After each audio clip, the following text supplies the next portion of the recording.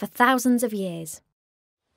But because exotic spices don't grow in colder climates like ours, Europeans have had to travel to the east, to civilizations like Asia, the Middle East and Northeast Africa to buy spices to ship back home, sometimes sailing for weeks or months at a time. In the very early days, spice traders would make up fantastic stories about their journeys and how they found the spices in order to get more for their wares.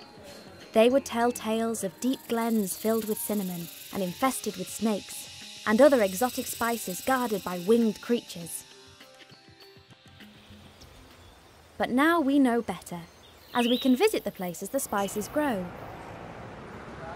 and can see they are cultivated in much less fantastical ways. Nutmeg, for example, is the seed of this tree.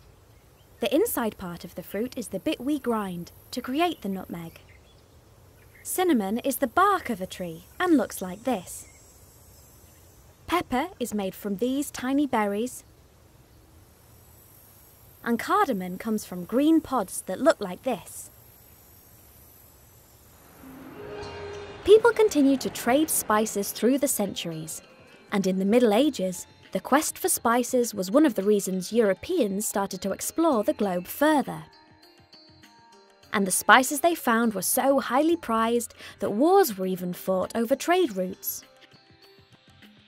All the colourful and fragrant aromas must have seemed very exotic and magical to the Europeans who were buying them back then. And because of this, they were inspired to use them for many different purposes, from flavouring and preserving their food, to making perfumes and dyes, and sometimes even medicine. In fact, in Elizabethan times, it was thought that the spice nutmeg was a cure for the plague, a deadly disease of the time, which pushed up demand and made it very expensive to buy.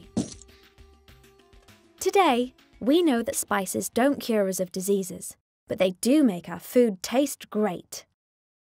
So next time you eat a gingerbread man, or sprinkle some cinnamon on your hot chocolate, spare